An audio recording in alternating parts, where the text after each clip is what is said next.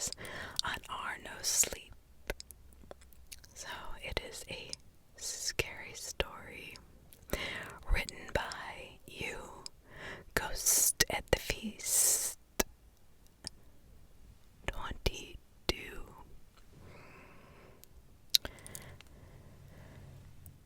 This in particular writing has 17 awards. So tonight's scary story. So Arno sleep, you ghost at the feast 22. If the world goes dark, don't go outside, and whatever you do, never let them in. Part 1. We were never a very religious family. My grandmother was, though, and through her, it is where my family got our second-hand religion.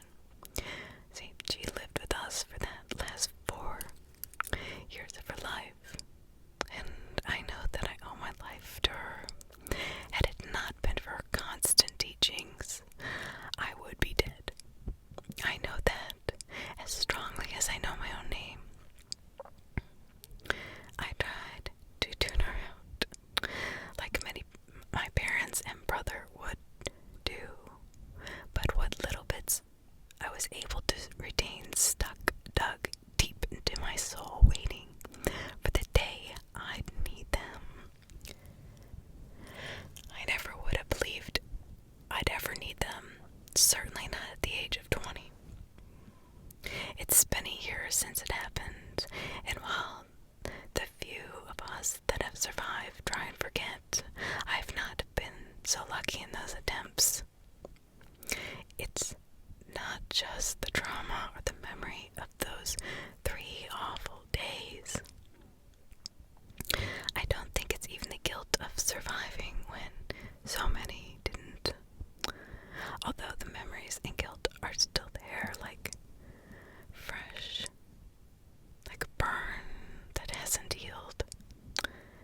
No, I think more than anything, it's the knowledge that it all will happen again, and this time it will happen on a larger scale, in a place much larger than my town, with a meager population of 1,307. Next time, it may be the world. They called it a freak occurrence. Occurrence. That word suggests something average, something still normal. This was nothing like normal. This was a nightmare. But occurrence was the word they used. A freak accident. They used that word too. An act of God. CO2 was the culprit, they told us. A deadly cloud of CO2 that had built up in the bottom of the lake, our lake. That deadly cloud was responsible for the deaths of 1,289 people, men, women, and children. There are just 18 survivors, only one of which was a child. 18. We didn't even fill the bus that was used to transport us out of town, away from our home, our families, our lives, away from the bodies that still litter the streets and fields as we drove past, the many that had gone outside, possibly for help. For those of us who experienced it, the CO2 theory was a bit hard to swallow. It was worse than that. It enraged us. It was a laughable excuse one made to quiet the media, quiet any fears, and prevent hysteria. We tried to argue against the claim, but our accounts were quickly written off as effects of the gas. Of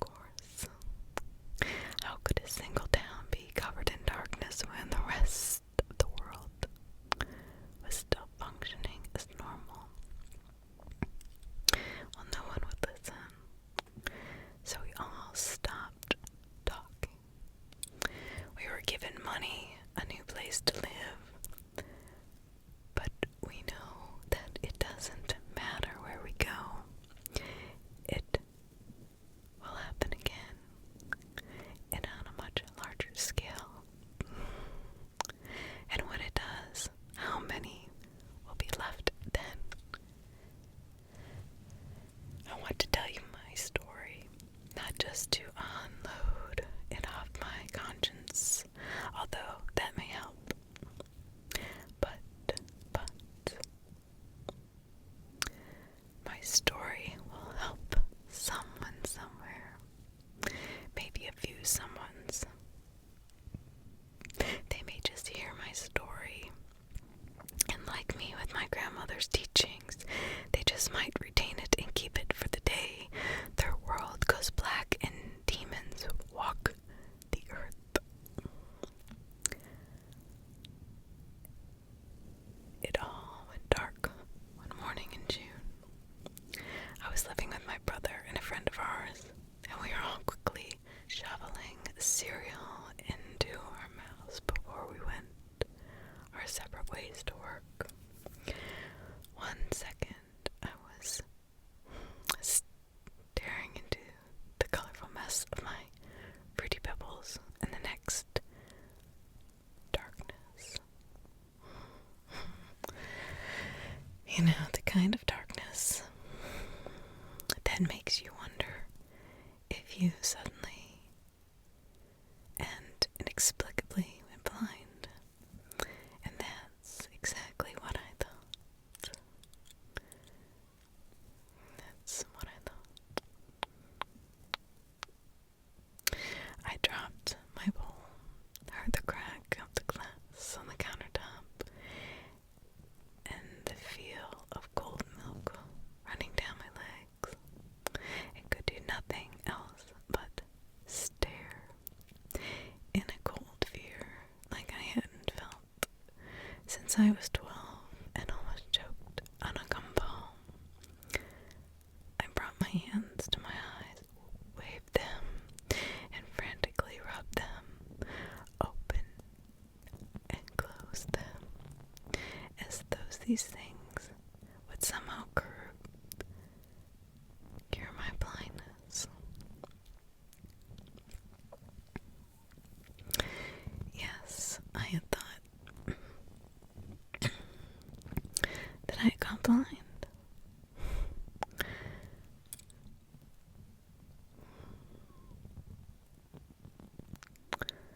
That is it, until I heard my brother, Aiden, cry out, followed by his own bowl of cereal crashing to the floor. This was immediately preceded by Kyle screaming and more shattered glass.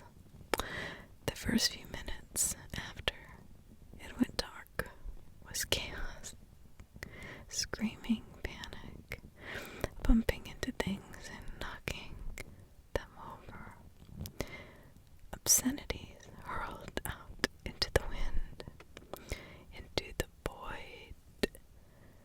No real coherent thought entered my mind then. It was all madness, terror. Were we dying? I waited to feel my air cut off, or the loss of my ability to stand or move. But it never came, only the darkness, so thick and black, it almost felt as though I could reach out and touch it, feel it on my fingers like velvet. Before that day, I never realized that I had never actually seen darkness. Not truly. No matter how dark you are imagining, it was so much worse. I was pressed up against the living room wall for the first few minutes, desperately trying to see anything and see nothing. Nothing but the void. I heard my brother and Kyle screaming, colliding with the furniture, sobbing. Faintly I could see, even hear screams from outside, explosions in the distance. Still, somehow, in all that noise, in fear and chaos, I heard my grandmother's voice, not out loud and not in my head, but a memory of her voice,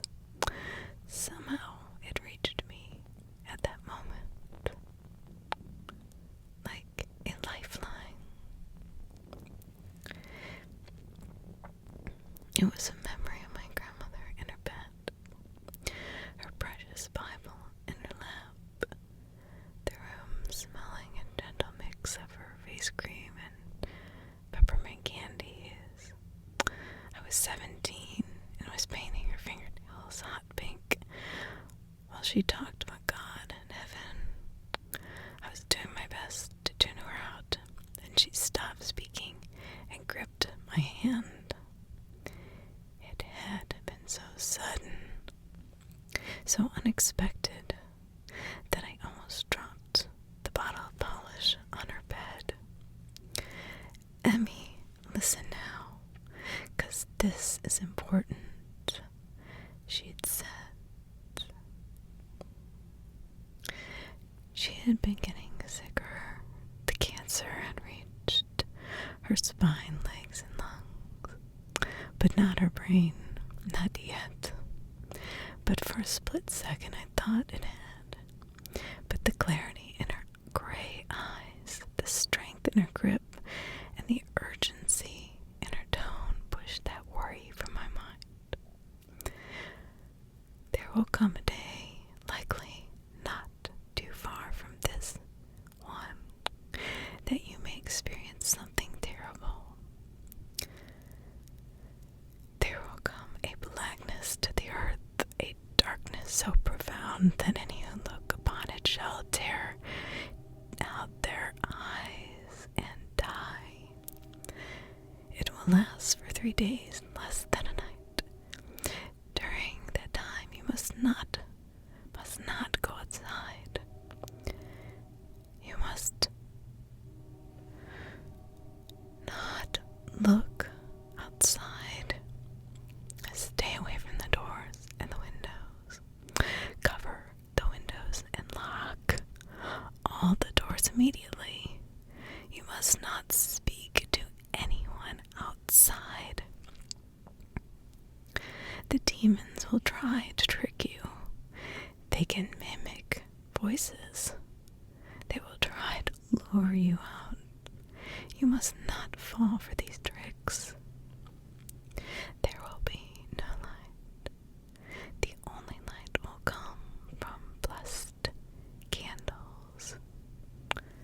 One will be enough to last the duration, and it will not go out, not even if the house should fall down around it during these days. You must pray and ask for forgiveness, and pray for the souls of the earth, on the earth, to be spared. Many, many will die.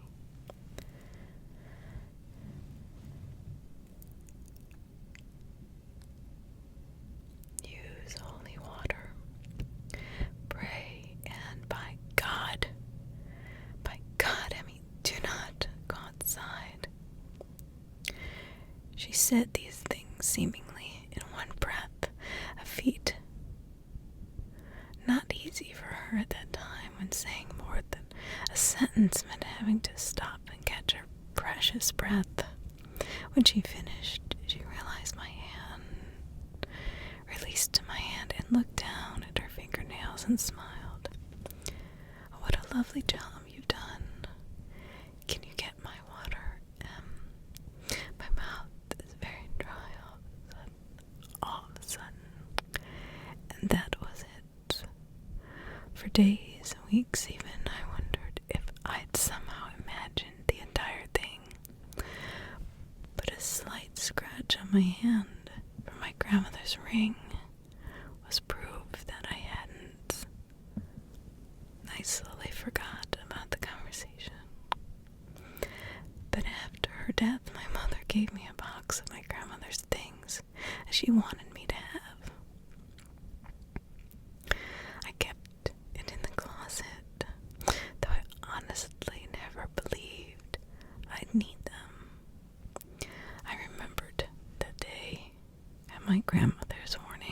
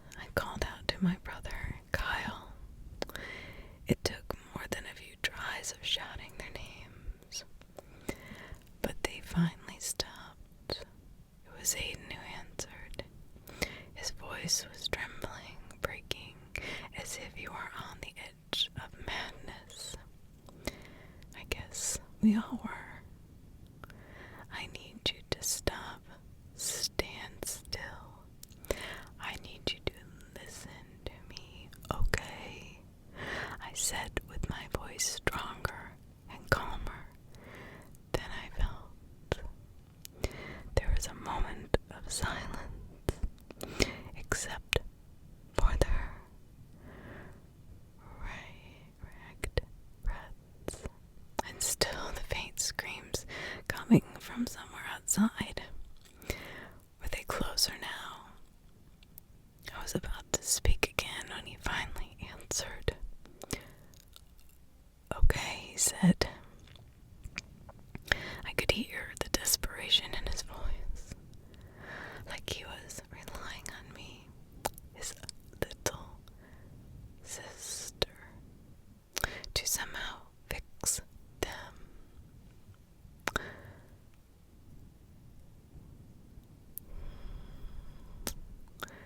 Somehow fix them. Kyle, you two, are you there? I asked.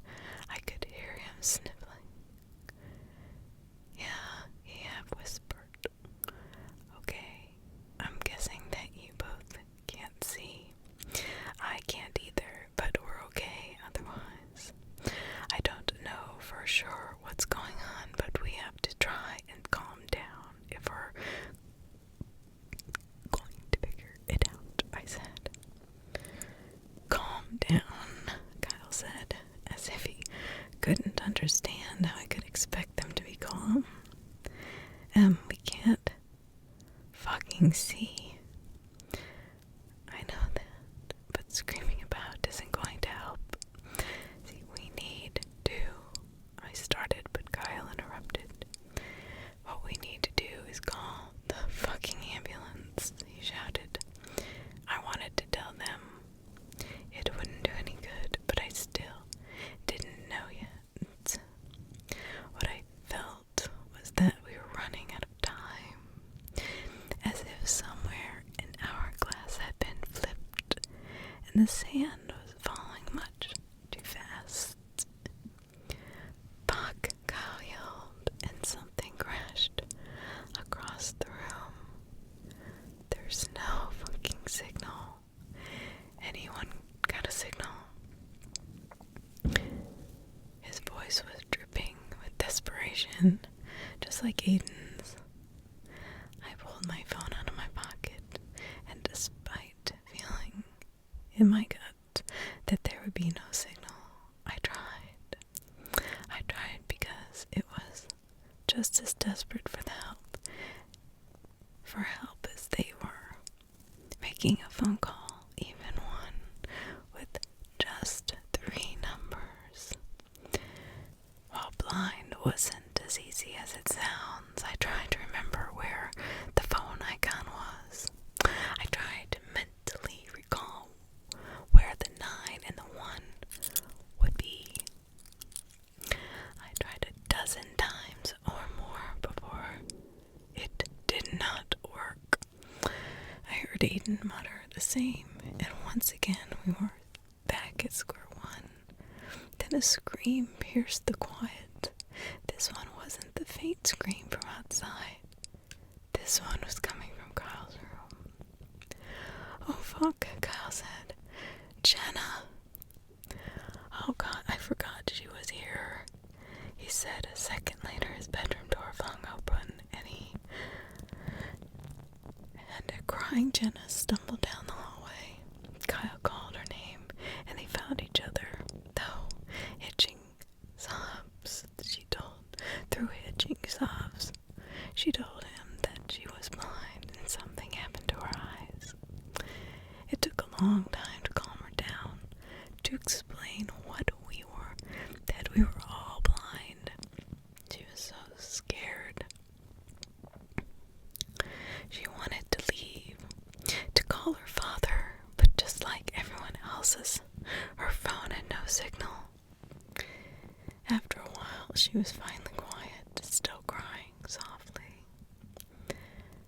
Guys, I know you're scared. So am I. But I feel like something bad is happening outside. And if we don't secure the house, it's gonna get in. I said instantly. I pictured the face of a demon I'd seen in one of my grandmother's books, and I was filled with ice-cold terror. What the fuck are you talking about? Kyle asked. What is going to help? what's going to get in? I don't know. My grandmother warned me about this, said it would happen one day. I never believed it. I let out a shaky breath. Kyle snorted. The Bible nut, he said. I felt my body tense. I wanted to slap him. But I probably wouldn't even be able to get him without falling over the mess they made. Watch your fucking mouth, I said. She wasn't a nut, and she might be right. So tell us, what did she say was happening? He said. I snapped. Kyle, shut the fuck up and just do what she says. We got nothing else, Aiden said, finally breaking the silence. Tell us what you need us to do. I felt a brief moment of relief. I pushed myself away from the wall, standing on my own in the void, and said, help me get to my room.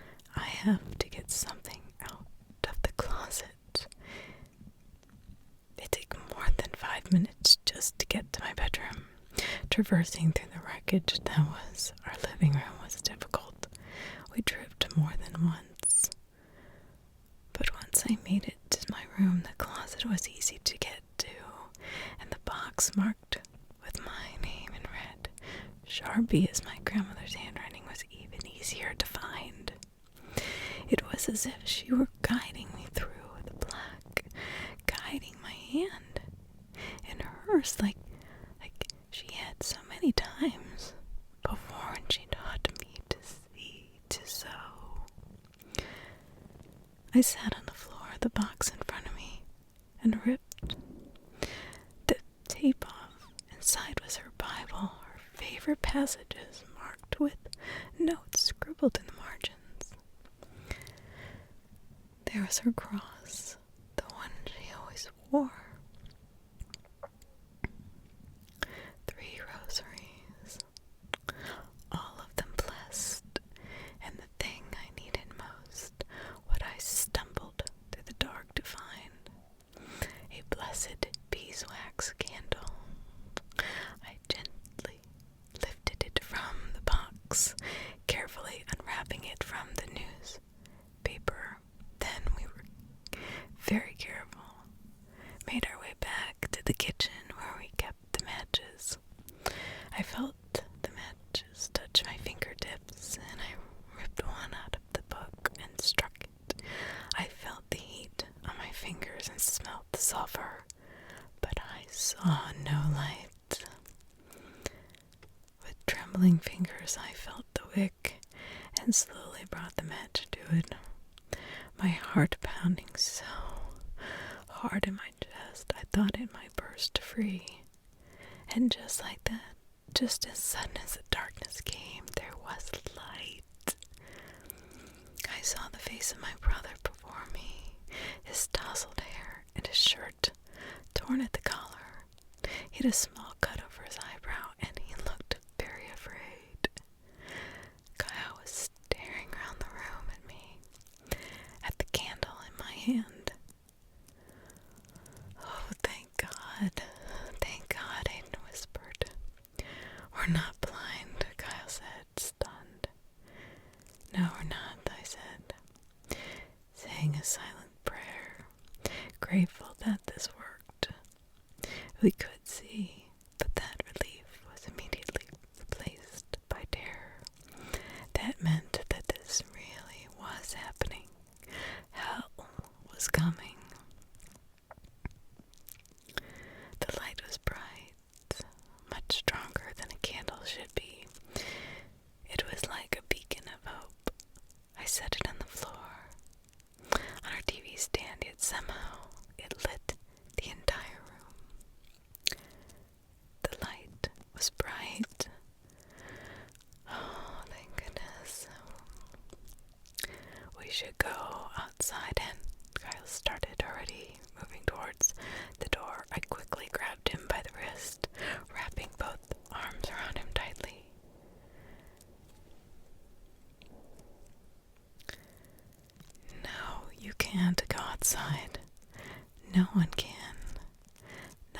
the sun comes up, I said.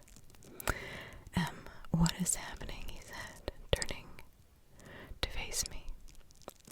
I let him go and looked around the room, careful to avoid looking at the windows. We had blinds, but I did not know if just looking through the thin slats was enough to kill you. Somehow I thought it was. I looked at them all, my own fear reflecting back at me from their faces, and said, "First, we have to cover the windows, all of them, and close your eyes when we do it. If you look even by accident, you'll die. I don't know how, but you will."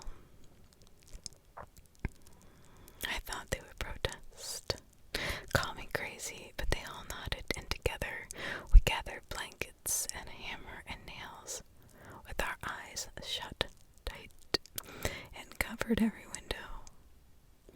Afterwards we locked the doors, and I used the sofa and Kyle's dressers to barricade them. I prayed it would be enough. When we'd finished, I told them everything Grandma told me. It was obvious that Kyle didn't believe a word, but Aiden did. I could see it on his face. Jenna just looked terrified and confused. We argued. Kyle thought we needed to get out.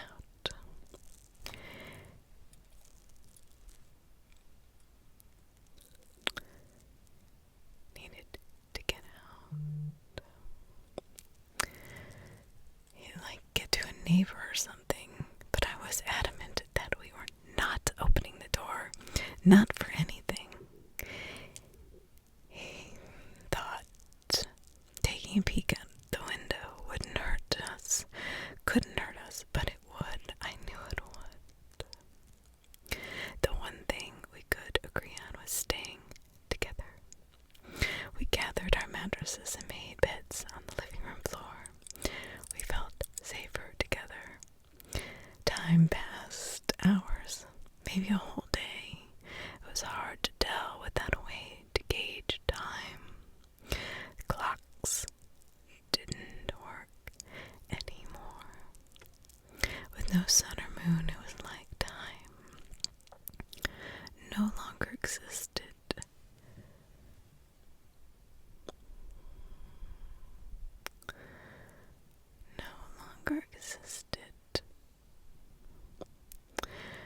We did have running water, though. Jenna felt we shouldn't drink it. Thought it could be contaminated. She was sure this whole thing was a terrorist attack. Aiden read a book. Kyle tried to sleep. Jenna relentlessly tried to get through to anyone on her phone. Trying every social media, every app, but none worked. She was getting more and more panicked about not reaching her father. It worried me, I knew. We'd have to keep an eye on her. I held my grandmother's cross and prayed. Sometime later came the screaming. A woman, and she sounded as if she were being torn apart. She sounded close. Too close. Too close. We all sat up and listened with fresh fear. The screaming seemed to go on forever.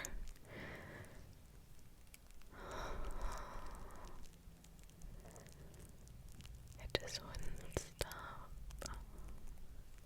It sounded as if it were happening right out in front in the street.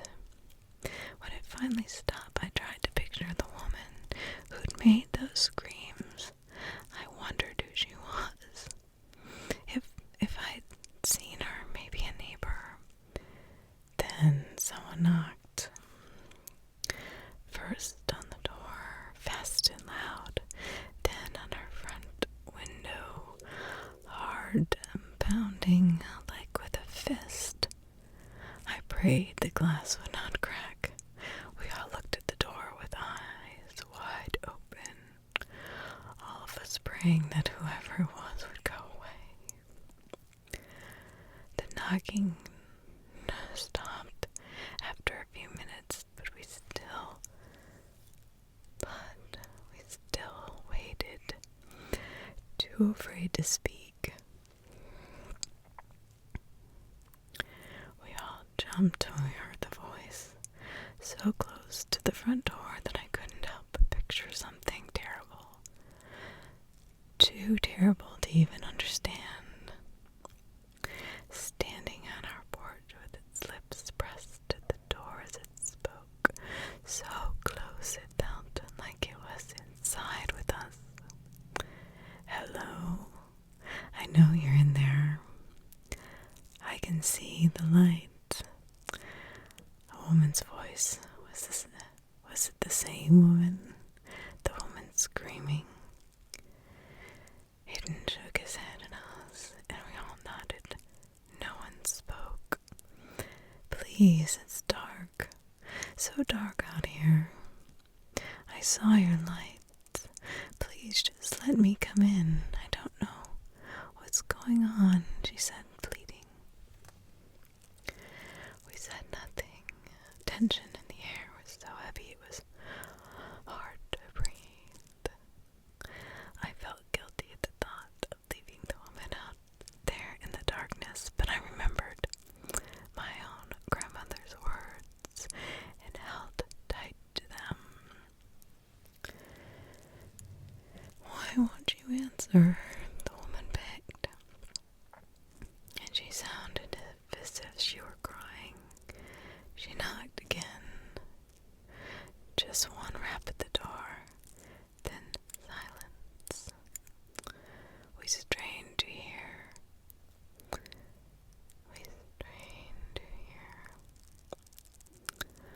If she went away, but the only sound we could hear was her own panicked breathing. It took an hour more for us to speak again. It was Kyle who spoke first. I think we should have let her in, he asked.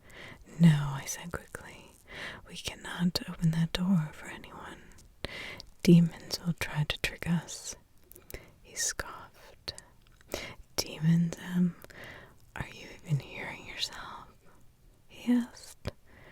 Jenna began to cry. You can't believe what you want. You can believe what you want. But no one opens that door, I said. He stared me down, and I wondered if I'd be able to stop him if he tried. This is crazy. It could be dangerous out there.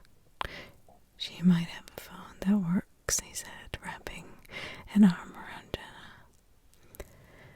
It is dangerous out there. She might have a phone, but it's dangerous, and that's why we're not, and we will not open that door, I said. Kyle started to say something, but Hayden held up a hand.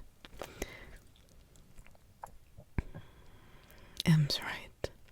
We can't open the door. We don't know who's really out there, he said, standing. We need to eat. More time passed.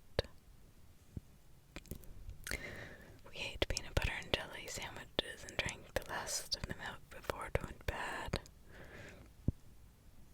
Jenna only picked at her food and didn't drink her milk.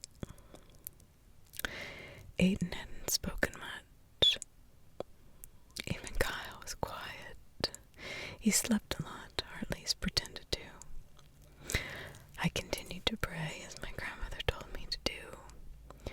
Eventually, we all fell asleep.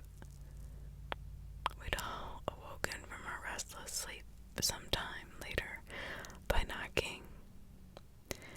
Not just knocking, but pounding. Someone. There was knocking. Not just knocking, but pounding. Someone, whoever pounded on the door, sounded terrified.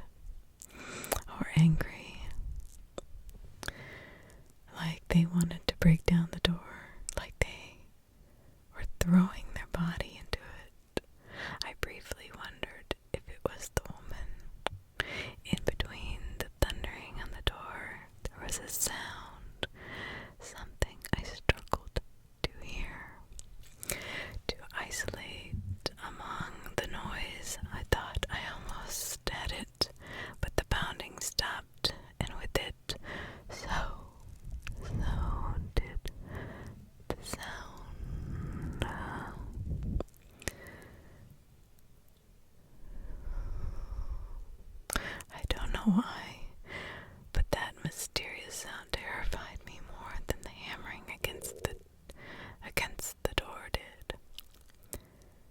"Hello, is someone there?" A man's voice.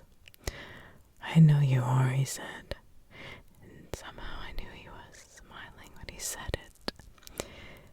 "There was a terrorist attack. Lots of people died. I'm going door to door to look for survivors. Take them to the safety," he said. Between each thing he said faintly, "What's that sound again?" And now I could make it out like something wet crawling on the sidewalk, wet hands, wet feet slapping against the ground.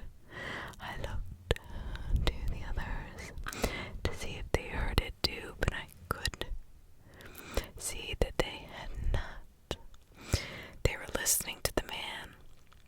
They were believing the things he said. They wanted to. I wanted to. But I held my grandmother's cross and knew he was lying. "If I leave, no telling how long you'll be in there then. And there may be more attacks to come," he said. And still he was smiling. And through each word, something continued to move towards us. Something quiet and stealthy.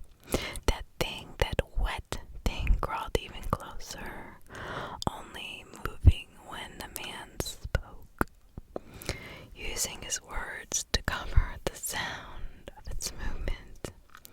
Couldn't they hear it? "All right then, I guess I'll be going." "Wait, we're here," Jenna called out, jumping up from the Kyle's mattress, nearly falling over her own feet. There was a pause, then almost a laugh, as if something that had never heard a laugh before but tried it anyway.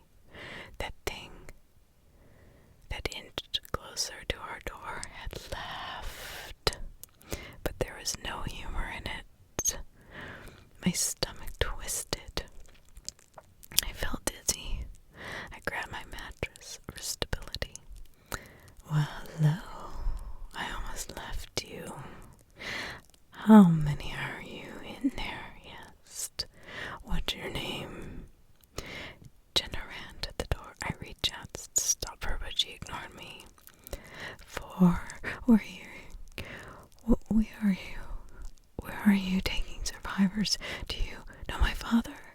Frank Mercer," she said, her eyes twinkling in the candlelight. "Oh, that's a lot of questions. I don't have the time to go over them now. Not at the door like this. But there are many survivors left.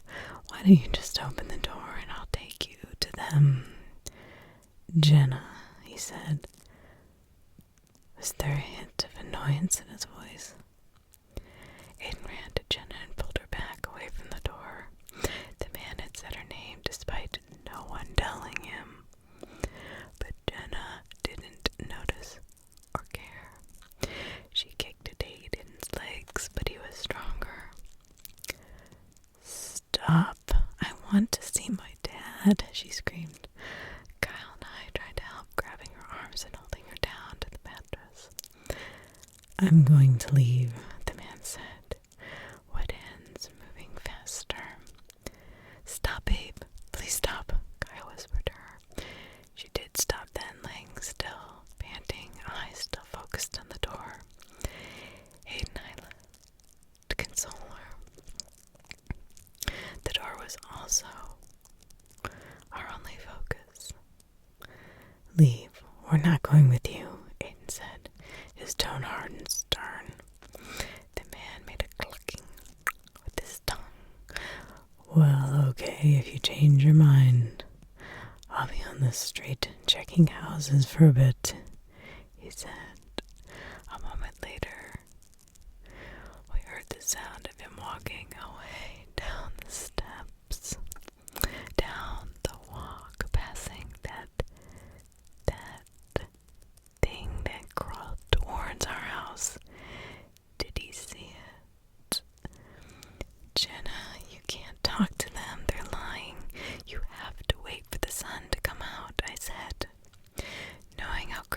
sounded even to myself.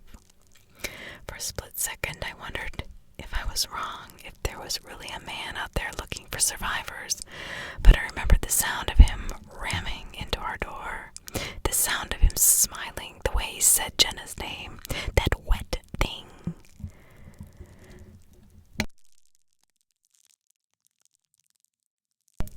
Just shut the fuck up, Em, she said, rolling onto her side, away from us. We let her be. As long as she was still, we didn't have to worry about her opening the door, or so I thought.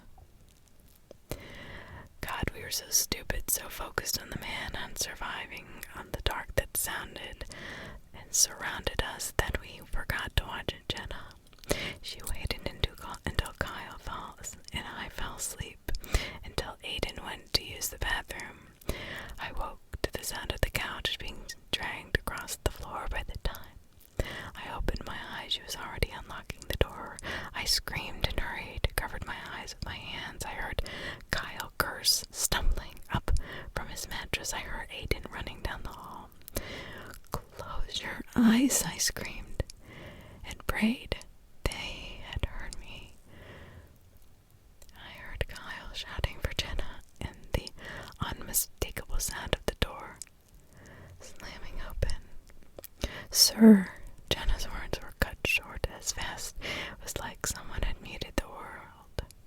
I laid on my side, eyes squeezed tight and my hands pressed against them. Then I heard her screaming, a sound I'll never forget. She screamed and screamed and screamed. Then she was laughing and screaming all at once, and crying too. The sound of wet hands were close now, even closer than Jenna's screams. It's ripping me, she screamed and laughed. It's taking it all out. Her voice changed near then, like something big crawling up her throat. The ripping, tearing, licking sounds were almost unbearable. Finally it stopped. Those wet feet slapping against the sidewalk, dragging whatever was left of Jenna along with it. While she somehow still gurgled and giggled and cried. I was too afraid to move, but the thought of leaving the door wide open, the void and its inhabitants able to gaze in at us, was worse. I was steeling myself to get up and close it when I heard someone moving towards it. Then the door slammed shut. Ah, fuck, Aiden yelled, breathing hard. Why didn't we fucking watch her? I opened my eyes and saw my brother locking the door and dragging the couch back up against it. He fell against the wall, panting, his eyes red and swollen. Kyle lay on the floor, his eyes shut tight, his hands over his ears. I sat up and reached to touch him. He recoiled away from me and began to scream like a switch had been flipped. We tried to calm him down, but what the fuck do you tell someone who just heard their girlfriend being ripped apart by demons? It'll be okay. We let him cry and scream for a while, maybe hours. Every once in a while, we'd hear something knock on the door, on a window. Something wet, moving around the side of the house. Once we heard something laugh low and demonic. Kyle quieted eventually. It wasn't too long after that I heard a familiar sound. One I'd heard countless times, a melodic jiggling, a sound I knew well. I ran to my room and grabbed my phone off the floor by the closet. Somehow it had worked, but not for long. It went dead again in my hands. The moment I picked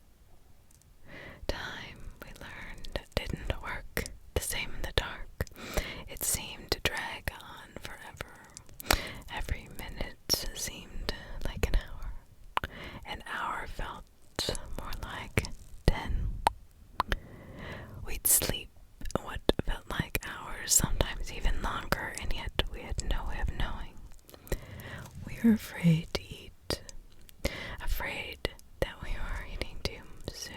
We didn't want to run out, so we only ate when we felt truly starved. We couldn't trust the dead clocks or phones, so we decided to trust our bodies, hoping that it would know. Sleep didn't come easy for us. Instead of lessening as time went on, the noises outside only grew. Screams from terrified men, women, and yes, even children were never far from our ears. They died horribly, begging for help, and in many cases laughing too, as if it were so painful, so unbelievably agonizing that their minds could not process it completely. And so they laughed as they died, while sometimes describing their horror to listening ears. We sat in the light of the candle, our only protection, crying and trying not to listen. There were other sounds too, sounds that I still think about when I'm alone in my bed. Growls, but not from any earthly animal.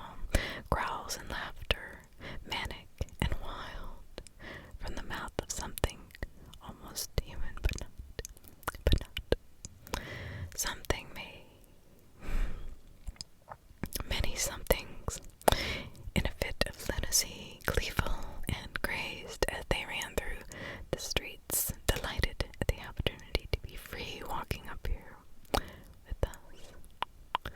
They laughed as they tortured anyone unlucky enough to be outside, and when their victims cried in pain and begged for mercy, they laughed even more.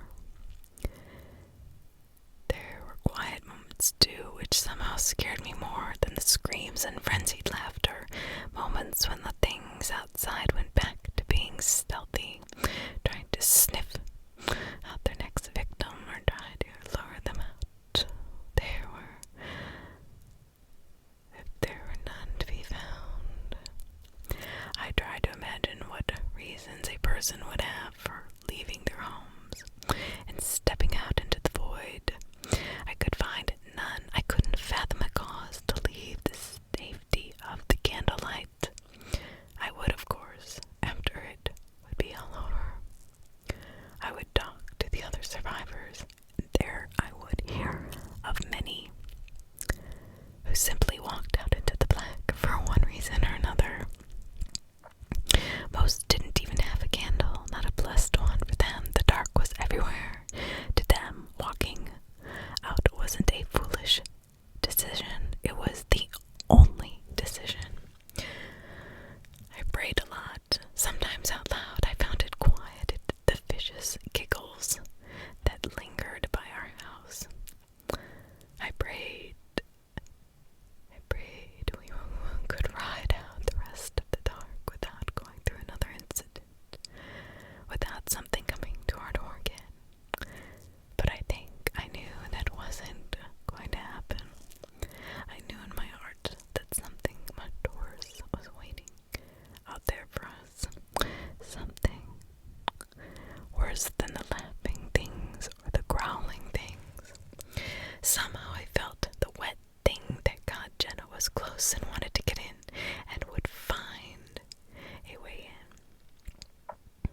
in. Kyle worried me. He was quiet all the time and hardly ate. Aiden was anxious, hardly able to sit still for very long, spending most of his time pacing the hallway. I chose to stay close to the candle as possible.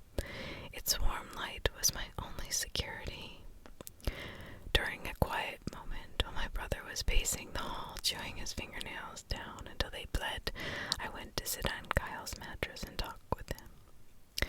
He'd been staring at the ceiling for too long, refusing any food or water. I had a terrible feeling he was on the edge of madness.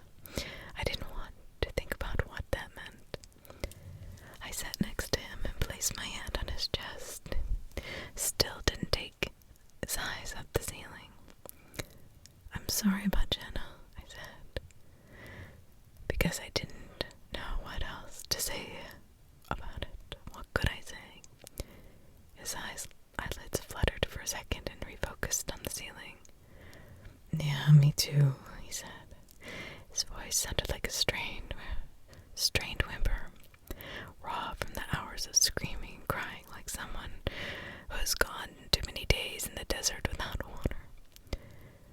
We need you. You know that, don't you? I said.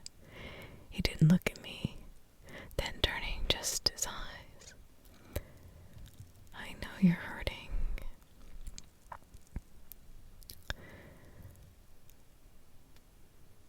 But promise me you won't do anything stupid, I said. He exhaled a long breath as if he'd been holding it in for a long time. Maybe since Jenna ran out into hell with her open arms. You mean like run outside, he said. His eyes were swimming in tears. Promise me, I said. He nodded and laid his hand over mine and squeezed it. Think this shit's gonna ever end anytime soon, he asked, forcing a smile. I don't know. Time passes so slowly now, but it will end. I know that, I said. We just have to stay inside and wait it out. He nodded again. I stayed with him, like that, with my hand on his chest and his hand in mine, for a long time. Finally, I went to stand, but he gripped my hand, holding me there. She was pregnant, he said, so softly I didn't hear it. The weight of his statement was shocking enough, but then I remembered Jenna's last words as the wet thing did whatever it did to her. How she screamed and laughed as it ripped her baby from her womb. I knew that's what it did, and I knew that Kyle knew it too. I had to known it since the moment she said the words, and I knew too that he would never be able to just grieve and recover. Not now. He'd never be okay again. Looking at him, I think he knew that too. It's ripping me. It's taking it all out. I felt a chill run through my body, through my bones. I tried to picture it.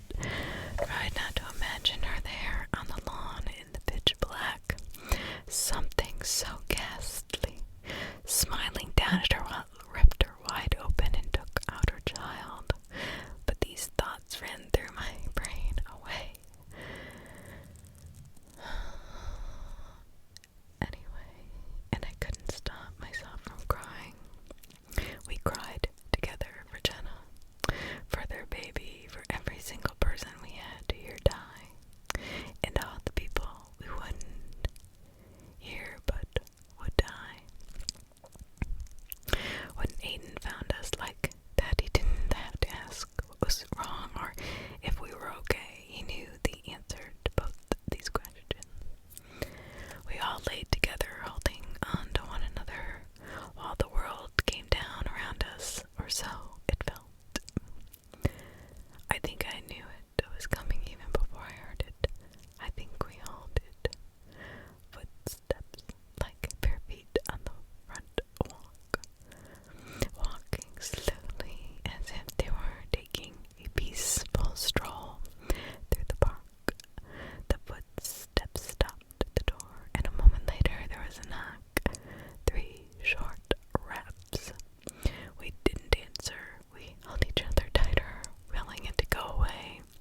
3 more short raps, just a bit louder than the first time.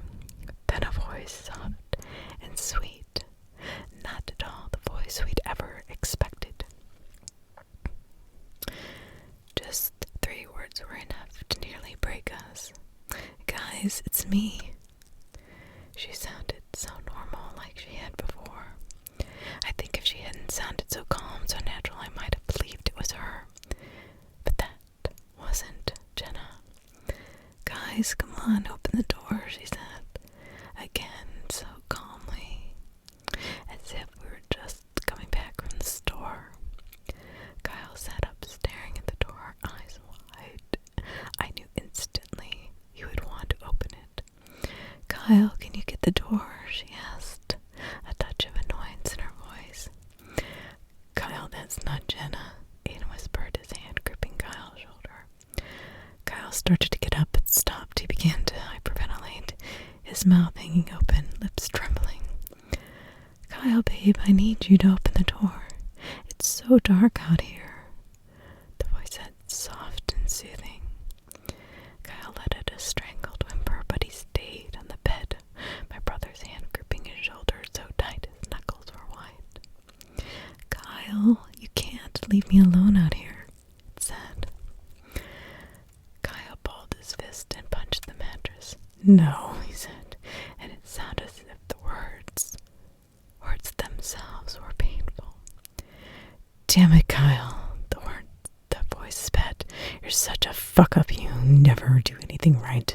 You couldn't even help me just once. The longer it spoke, the less like Jenna it sounded. A twisted mockery of her. But Kyle crumpled on the bed, sobbing. Aiden and I held him as best we could. He didn't make for the door, at least. You're a piss-poor, lazy degenerate. Can't you even get up and open the door for the mother of your child? The voice was screaming, Jenna's voice almost totally gone. Stop, please, stop, Kyle begged. It did for a moment, as if it realized it had slipped out of control, lost the facade it needed to betray. You know, it said in Jenna's voice, I was going to leave you. I was. I knew you'd be a shit father, but I felt sorry for you, so I stayed. And look what it got me. It spoke softly again, as if it were saying anything else it might have been comforting. I'm sorry. I'm so sorry, Kyle was saying, his head buried in the mattress. You are sorry, a sorry excuse for a man, and you always will be, it said. Go away, Aiden shouted, his body lying almost on top of Kyle. Just go back to hell. The voice was quiet for a time, so long I thought it had gone away. I allowed myself to feel relief and began to relax my body that had been so tense it hurt, but that was short-lived. Kyle, open the door, it said. Do one thing right for me. No, Kyle, no, I whispered in his ear, squeezing. He squeezed my hand. He sighed he'd heard me. Kyle, do you want to know what it did to me? The voice asked, and I could hear it. Its pleasure in saying these words. I sat up and moved in front of him as if I could shield him from the words coming through the door. Stop it, I screamed, but I knew it would keep coming. It wouldn't stop until Kyle opened that door or was a broken heap on the floor. Do you, Kyle? Do you know? I know you've been wondering. Do you want to know what it did to me while you were hiding in your fucking eyes like a coward you are? It said. Kyle shook his head over and over, bleeding with anything and nothing. No, he said, again and again. It reached up inside me, Kyle, to a place you've never been. It almost felt good. It took hold of our baby. Did you know it was a boy? It asked, clearly enjoying itself. Oh, God, Kyle whimpered, but the voice continued. It yanked him out. It took it all. It keeps taking and taking, and it will take me to hell when this is all over, and will do things to me that the human mind can't even grasp. You know what? A pause, letting those poisonous words sink in. It will do it to our son, too, for eternity, because of you. Kyle was sobbing. Tears and snot streaked down his face, and I thought he'd lose what sanity had left. Get the fuck out of here, I screamed, throwing a plate at the door, letting it shatter. Oh, Emmy, our protector, said, spitting the words out like rotten food. You think you know how to keep you safe. Keep them safe. I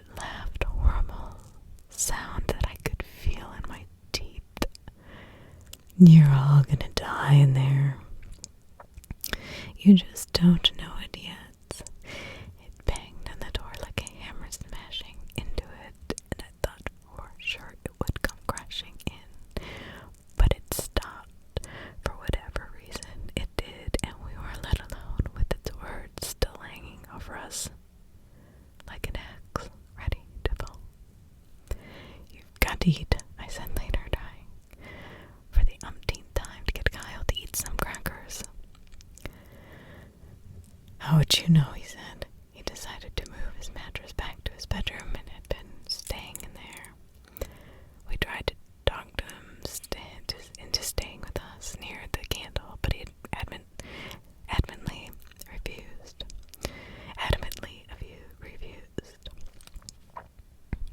He agreed to keep the door open, at least, so some light would get in. Aiden thought he just wanted to be closer to Jenna's things, but where they slept together. A part of me wondered if he liked being in there, where the edges of the dark reaches out towards him like fingers. Just eat a few crackers, please, I said. I held out half-empty bag and took it. These are stale, he said, chewing one, making a face. It's better than nothing, I said. Come back out to the living room. It's safer there. He shook his head, popping the last 2 crackers in his mouth and tossed the wrapper. He closed his eyes, trying to sleep or pretending to. I went to his door, making sure to leave it open wide enough to let the light in. Daylight, you know, I said. He didn't respond, but I knew he heard me. He should be out there with us, I told Aiden, sitting on the mattress. The light's stronger out here. Look, he's a grown man. He can choose where he wants to be, he said. He probably needs time alone. That can come after dark. It's not safe to be alone, not while it's still dark. He rubbed his eyes, sitting with his elbows on his knees. He looked so tired, so drained. He looked how I felt. When is it gonna end? He asked. But I didn't think he was asking me. I put my arm around him and laid my head on his shoulder. I didn't have the answers.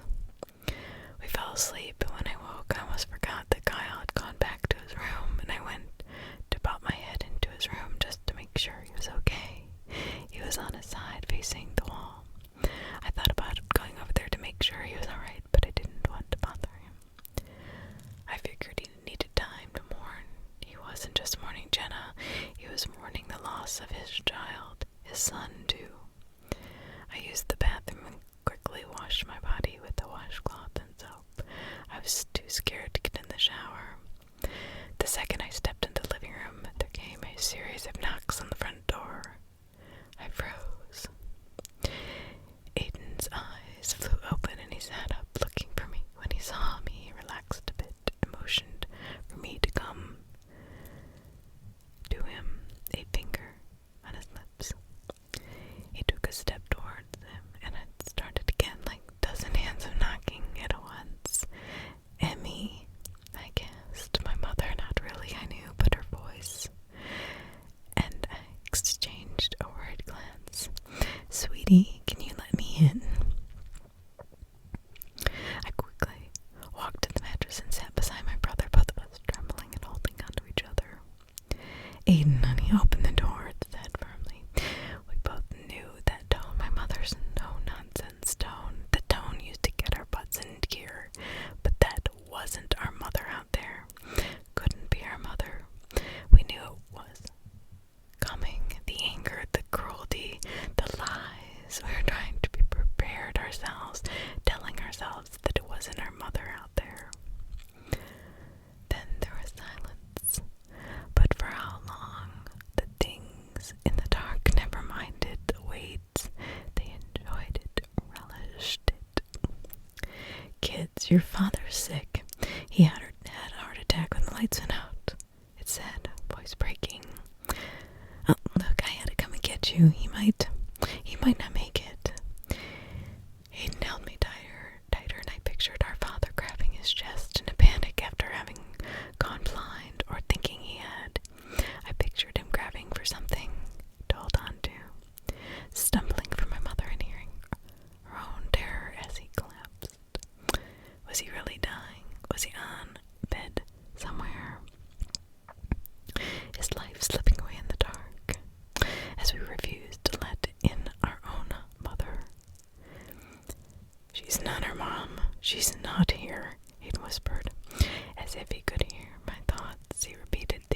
words like a mantra, whether for me or for himself.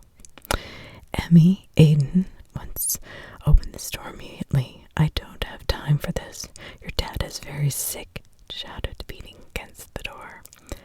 Just go the fuck away. Can't you see we aren't going to open it? Aiden screamed. The knocking stopped and silence fell over us again, but we knew it wasn't going to last. Aiden squeezed me tightly, almost enough to hurt, but I couldn't. But I let him. It felt good, safe, like when I was 7 and he was 8 and we were riding the horror attraction at the carnival for the first time. He was scared too, but he let me bury my face in his chest, his arms wrapped around me. I could hear his heart hammering now, just like I could hear it then on that rickety ride. But this was not an attraction, this was real. Do you really think that this door is enough to keep us out? The voice, this true voice asked. If we truly wanted to come in, this piece of wood could not stop us. I couldn't tell if it was male or female. It sounded old, ancient, dead, like dry leaves. Aiden and I were shaking so much that my muscles ached. It shrieked with laughter behind the door, smashing into it once, twice, so many times I lost count, and with every crack of the wood, every groan of its weight on the hinges, I would shriek and howl. It would shriek and howl. It would shriek and howl with delight. It stopped just when I thought I could not stand another minute of it. But I knew it lingered there, listening, waiting. Oh, say, it said teasingly, how many are you in there? There seems to be one missing. You haven't checked on an awful long time. I felt my heart seize and Aiden stiffen against me.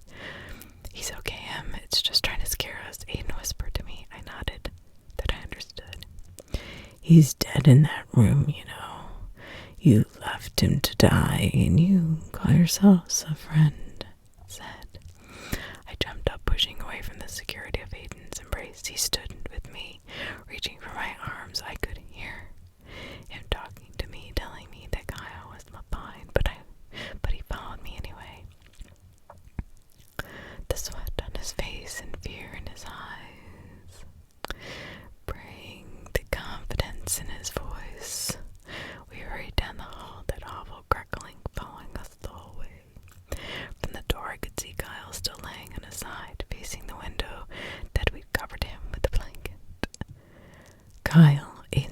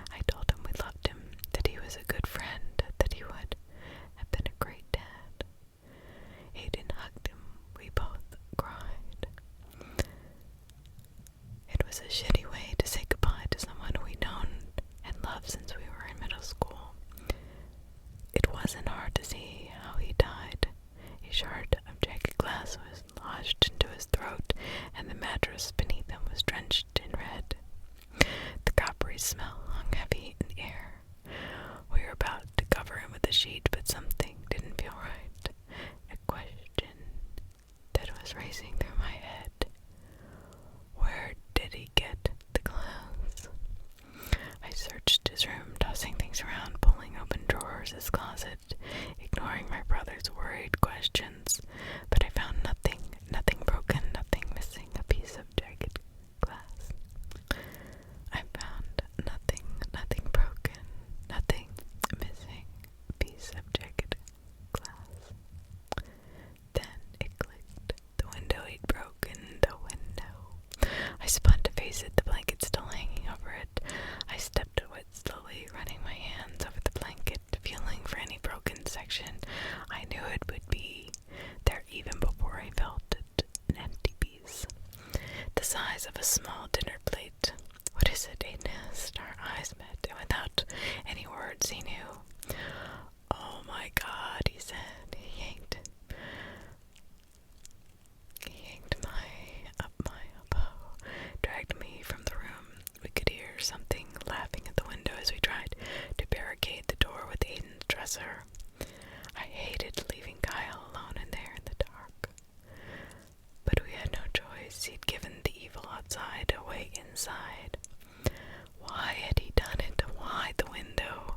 I asked myself that question dozens of times as Aiden and I huddled together in the living room. I still ask it. Did he look outside? Did something make him do it? I couldn't imagine Kyle risking our lives unless he had no control over his actions. But what did I know? After he lost Jenna, Kyle lost a part of his mind too. Aiden and I prayed together. We ate the rest of the crackers, and Kyle was right. They were stale. We ate them anyway and tried to pretend our friend wasn't dead in the next room. Tried to forget that there was a broken window to the evil outside. We were trying to sleep when I heard the scratching, faint at first, then louder until even Aiden heard it. We sat up as the noise came through the hallway, the sound of a dresser being moved away from the door. We were frozen there on the bed, waiting for something to walk around the corner, shambling towards us. We heard unsteady footsteps moving up the hall. Aiden grabbed my hand, and I knew he was thinking the same thing I was. We were going to die here in this house. There was nowhere to run. I thought of the woman we heard screaming in the street, of Jenna, her screams of torment, her laughter. Would I die like that? Would it be in so much agony that I could only laugh? Would I have to listen to my brother laugh too? When the thing rounded the corner and stepped before us, framed by the candlelight, I couldn't help but scream. It looked at us and grinned, blue lips stretching impossibly wide. The shard of glass still jutted from his throat, pale skin stained red.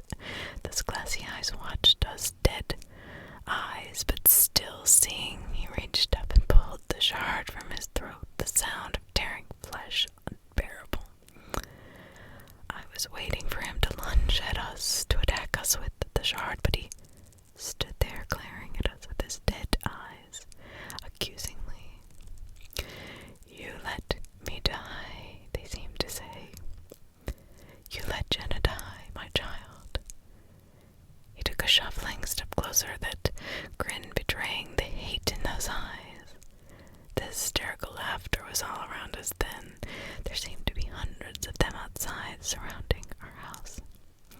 Kyle, Aiden said, all color draining from his face. He almost looked like a corpse. Like Kyle. Kyle, still smiling, reached for the candle and held it, his other hand still gripping the bloody shard that killed him. He brought the candle to his face so that we could see just how empty his eyes looked, how dry and deadly pale his skin had become.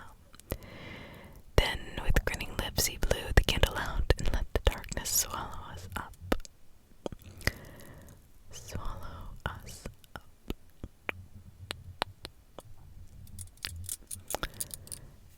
And that is the end of part 2.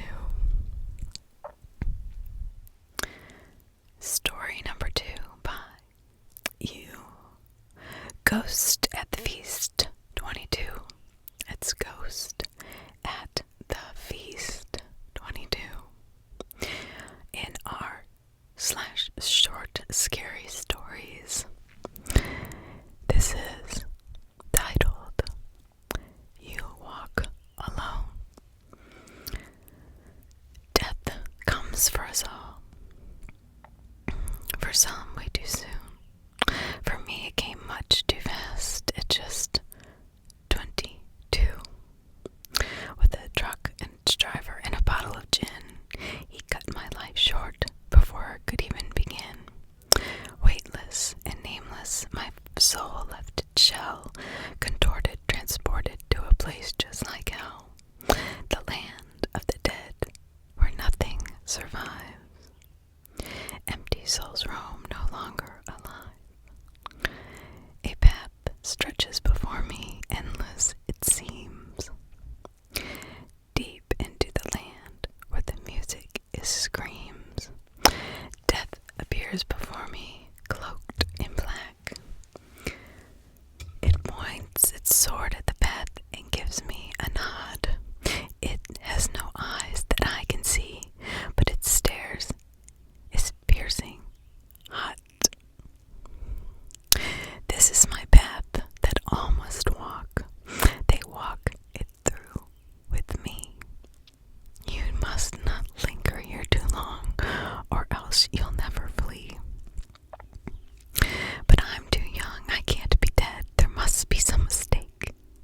I want to live, can't you see? My soul is not yours to take.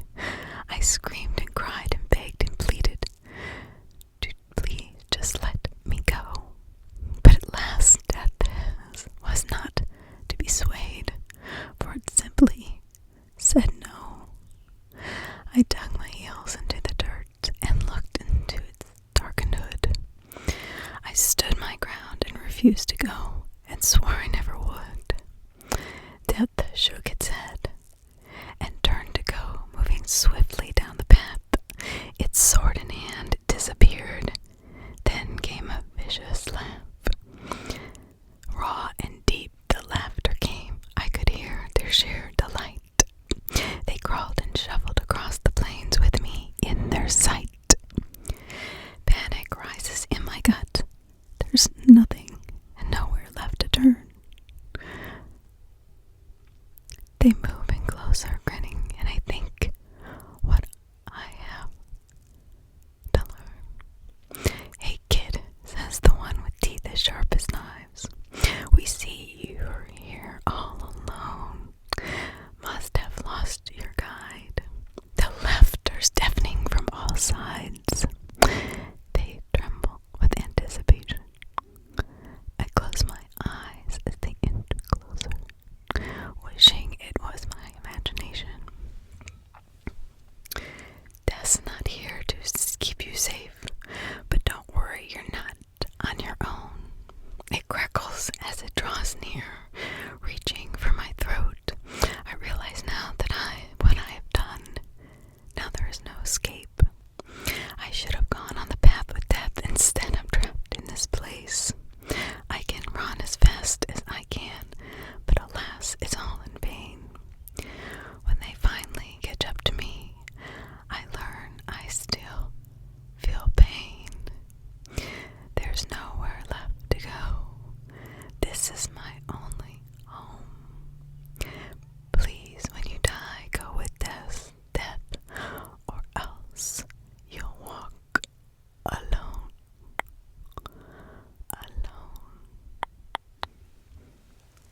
So, some of the comments. One lady says, damn, that's pretty good. So this one has 6, 7, 8, 9, 10, 11, 12, 16. 16. Story number 3 has 16 awards on r/nosleep. Written by You Ghost at the Feast 22. So go check them out, give them some love. Follow them on Reddit. As always, I only do one author at a time, as you know. So they're like featured, and every story I read is by them.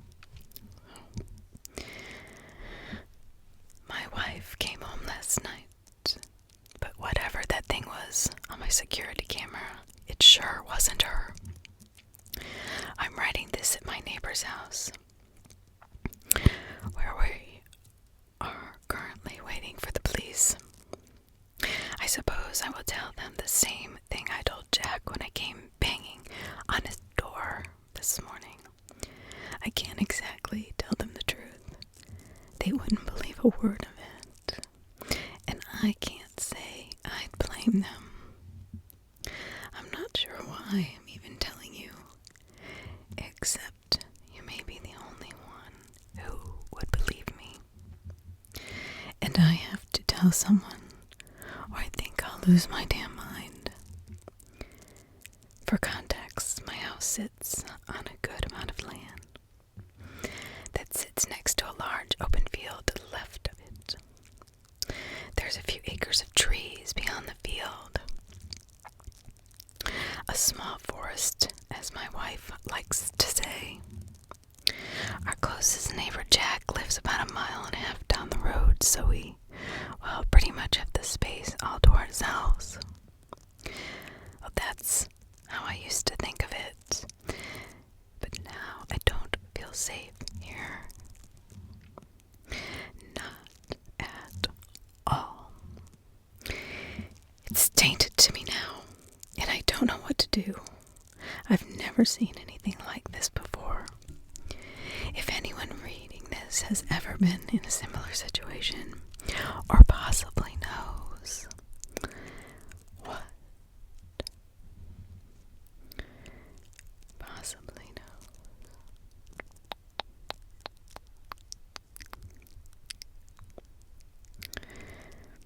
what I could be, what it could be, and most importantly, what I can do, please reach out. Reach out to me.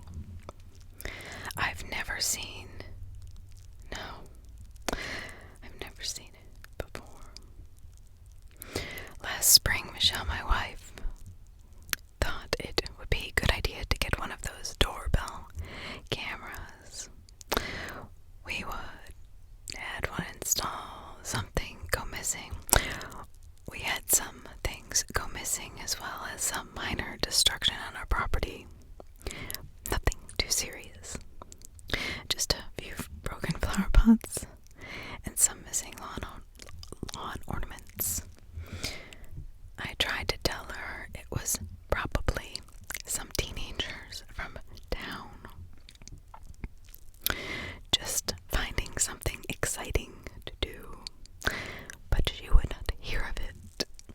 She didn't care about the pots or lawn ornaments that much, but she didn't want the situation to escalate into a home invasion. I thought that was a little dramatic, but I knew when to keep my mouth shut. So we bought the camera, and I installed it the same day, right up by our porch lights, so that we could get a view of the front door and the porch, as much of the front of our property in the shot as possible. After 2 days, we finally solved the mystery of the missing lawn decor. You probably already figured it out. If you guessed 2 raccoons, you'd be dead on.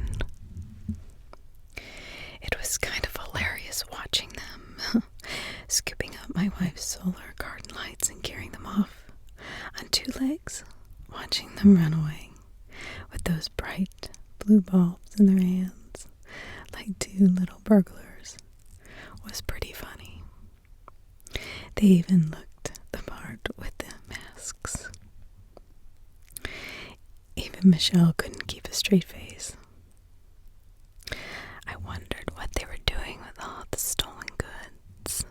Maybe sprucing up their little digs out in the forest. Michelle started putting out bowls of cat kibble. Amazingly, the thievery stopped. We still kept the camera up, though. Turns out it would come in handy. Michelle had been out of town for work for the last 4 days.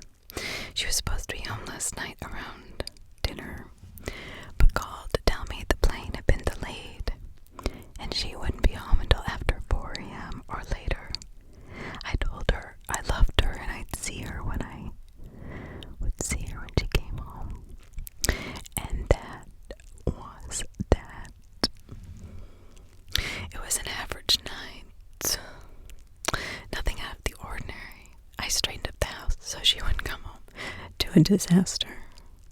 I made some soup for dinner and fed the cats. After me and Mona curled up on the couch, together, me watching TV while she purred on my chest. I went to sleep around, 2 a.m. I'd only slept a little over an hour before I was woken up by an alert on my phone, a notification for the security camera. Now, it wasn't usual to get an alert, especially late at night. It was always some little critter, a fox or raccoon, but I grabbed my phone off my nightstand to check anyway. It was well after 2, and my immediate thought was that Michelle had gotten home earlier than she thought she would. I lay there listening for the sound of Michelle letting herself in, but it never came. Only silence. I groaned. I figured she'd forgotten her keys. Wouldn't be the first time. She was notorious for leaving them behind. Probably forgot them at the hotel or airports. I didn't jump right up to check, though, as I hadn't heard her knock. So I opened the app and pulled up the live feed. Michelle was standing on the front porch, just staring at the door. I sat up, about to go let her in when something stopped me. It was her face. She was smiling, not just any smile, but one I'd never seen before. A weird, thin-lipped grin that stretched the width of her face, like someone trying to show off all their teeth. She stayed that way for a long moment, like a creepy mannequin. After a minute, her lips slowly puckered out into a pout, as though she were an upset toddler. She held the expression for a minute. Then her lips dropped downward and a deep-set frown etched across her forehead. I sat there in bed, staring at my wife, practicing different facial expressions, as if she were brand new at such a concept. It was bizarre and a little unsettling. She continued to go through each movement, seeming to take her time with each one. Smile, pout, frown, repeat. After watching her for nearly 15 minutes, I finally recovered from my shock and confusion and pressed the intercom. "Babe, what on earth are you doing?" I said. Her head snapped towards the camera, looking up at it with wide eyes. It was as if she had forgotten the camera was even there. Her mouth was partially hanging open on one side, caught between a smile and a frown. She didn't answer me, only continued to stare, her face frozen in that disturbing look. I waited a long moment, unsure how to proceed. The longer I watched her, the more I realized how just strange she looked. I did not notice at first, being half asleep.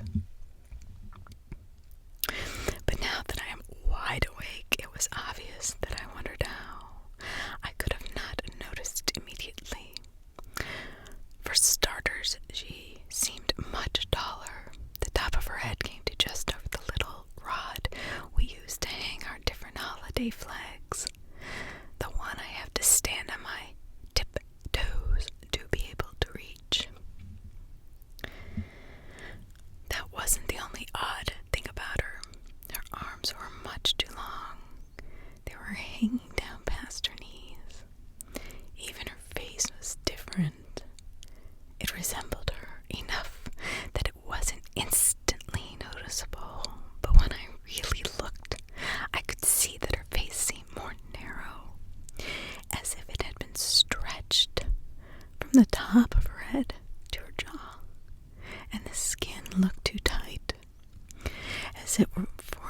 sizes too small, the bones underneath pushing hard against the flesh. I was beginning to panic. At that point, I didn't know what to do. If she'd been in some horrible accident or what. But I knew something was very wrong with her.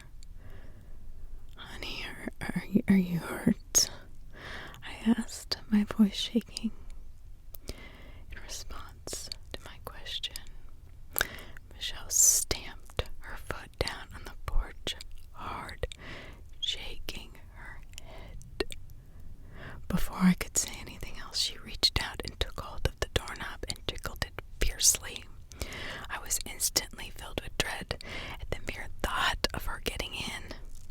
"I'm not letting you inside," I said quickly. I could hear her jiggling the knob frantically, her face still staring up at the camera. She finally let go after a few minutes, and I made a sound almost like laughing. The sound it made my skin crawl. "I'm home," she said. Her voice, like her face, was similar, but not a complete match. It went from nasally to almost baby-like. "I'm home. Open the door." I almost closed the app and called 911 right then and there, but I'll admit it, I was afraid my wife was having some sort of medical emergency.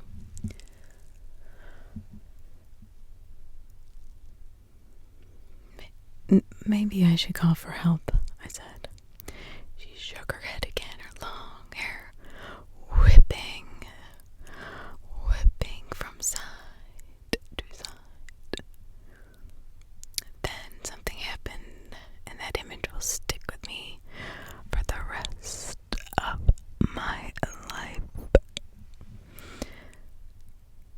Michelle, or the thing that was desperately trying to be her, seemed to stretch right in front of my eyes.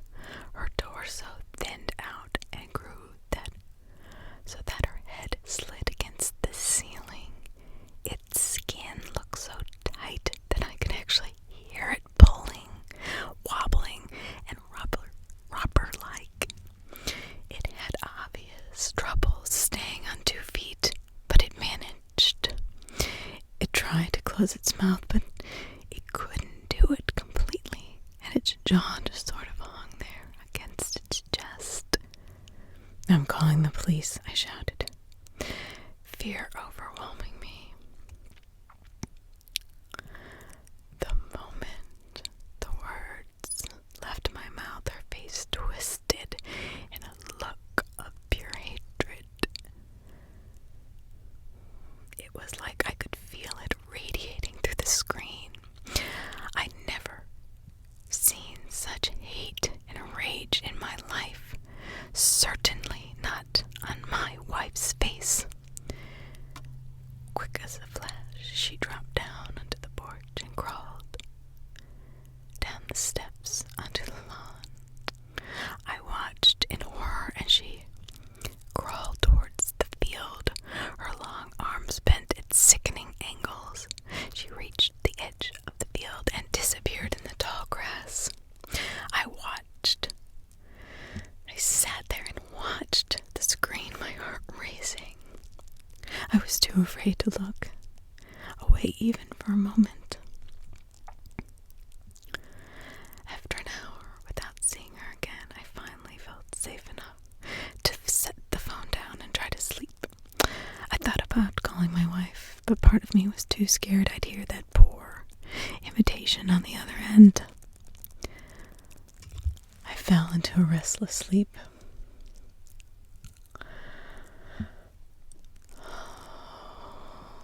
Sometime a little later, and I didn't sleep long before my phone woke me again with another notification. I pulled up the app and held my breath, terrified at what I'd see. right away that I was looking at my wife. Relief flooded my body. She was standing on the porch, her suitcase at her feet, as she rummaged through her purse, probably searching for her keys. "Lost your keys again?" I said, pressing the intercom. She jumped at the sound of my voice and was dropping her purse. "You're up," she said, smiling. "Looks like I have lost my keys. Mind letting me in?" she said, batting her eyes up at the camera. I couldn't help but smile. She always had a way of making me feel completely at ease, even after witnessing a nightmare just hours prior. "Well, I suppose I would be a very good husband if I let you sleep on the porch all night," I teased. She grinned up at me and I told her to hang on.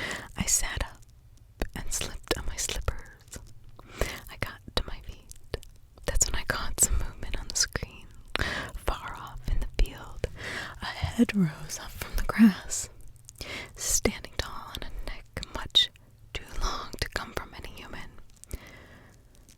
A whimper escaped my lips and I nearly dropped my phone.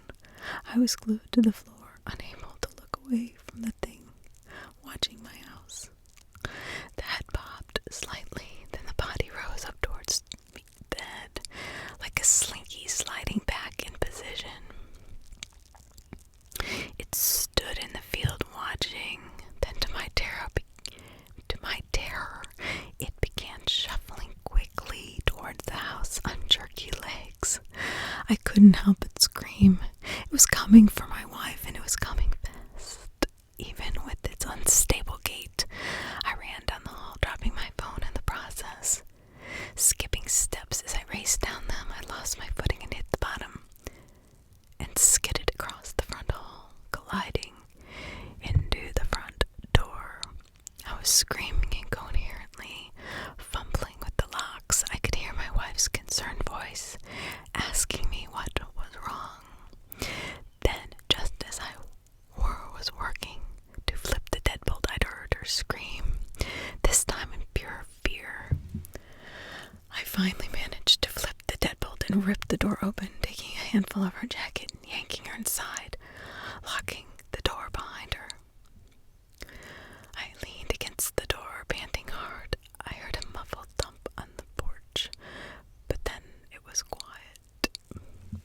My wife was scared, pale, and nearly in tears. She refused to talk about what she'd seen and didn't want to see the footage of the thing on her porch. I let her get some sleep, assuring her that the house was secure. I stayed up, checking the windows and the live feed. I watched the field for a sign, any sign of that thing, but it seemed like it was gone.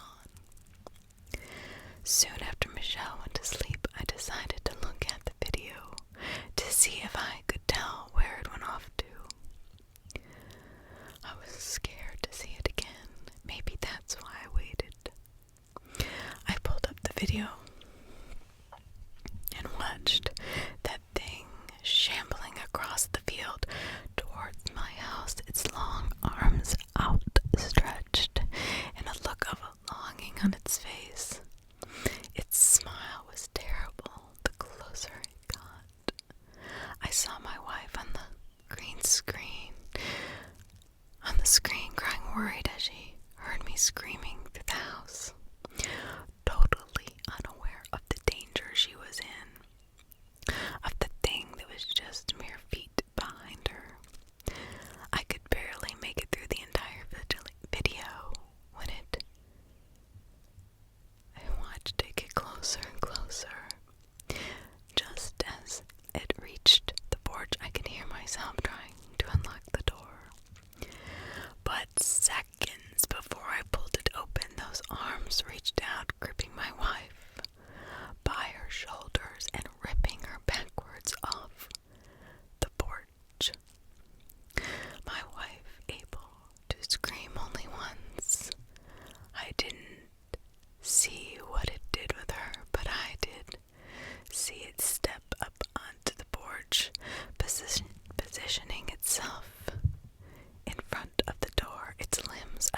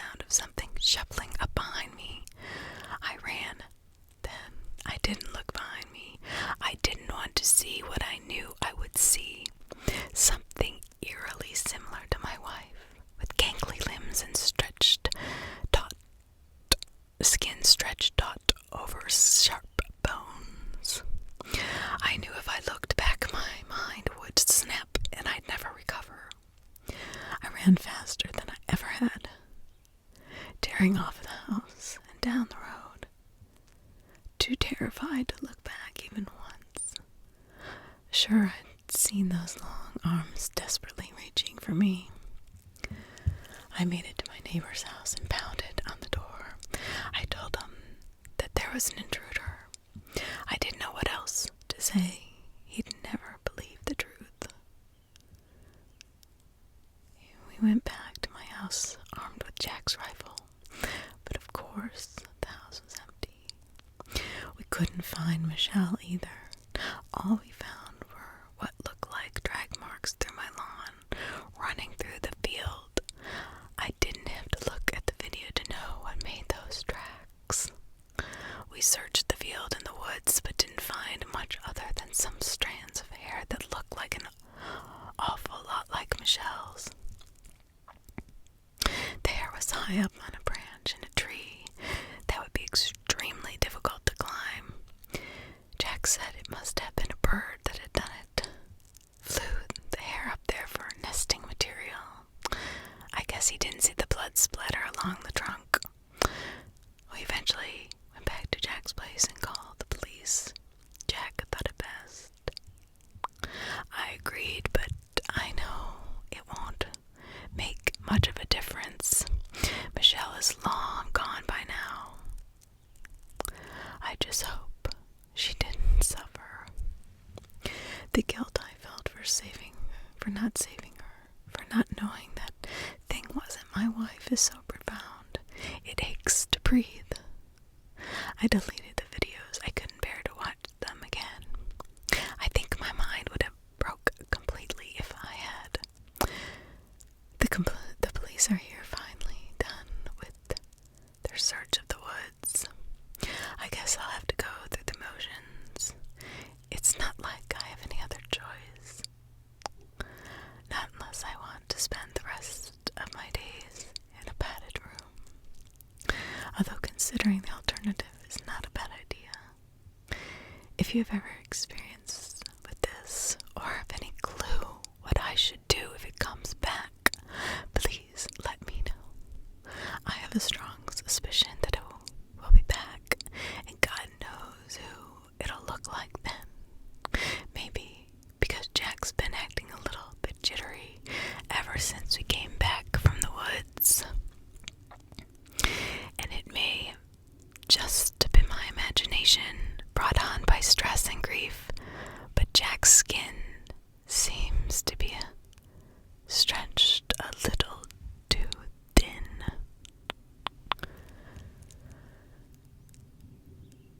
So the comments are, goddamn raccoons, you feed them once and they wear your wife as a suit.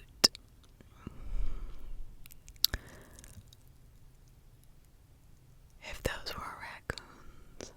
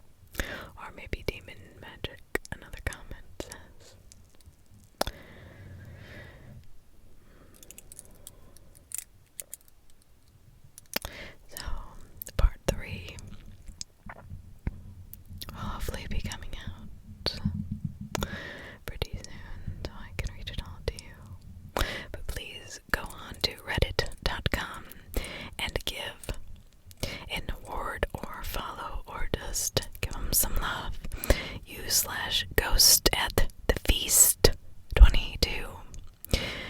u/ghost at the feast 22. Ghost at the feast 22. I will leave all the information in the description, and then when it comes out, I will put all the information in the comments, so you will be able to access their information very quickly. As you know, I just read one author at a time, so it doesn't get confusing. And if you do like an author and want to find out if they have any more writings, you will be able to very easily. I love you all. Thank you so much for listening.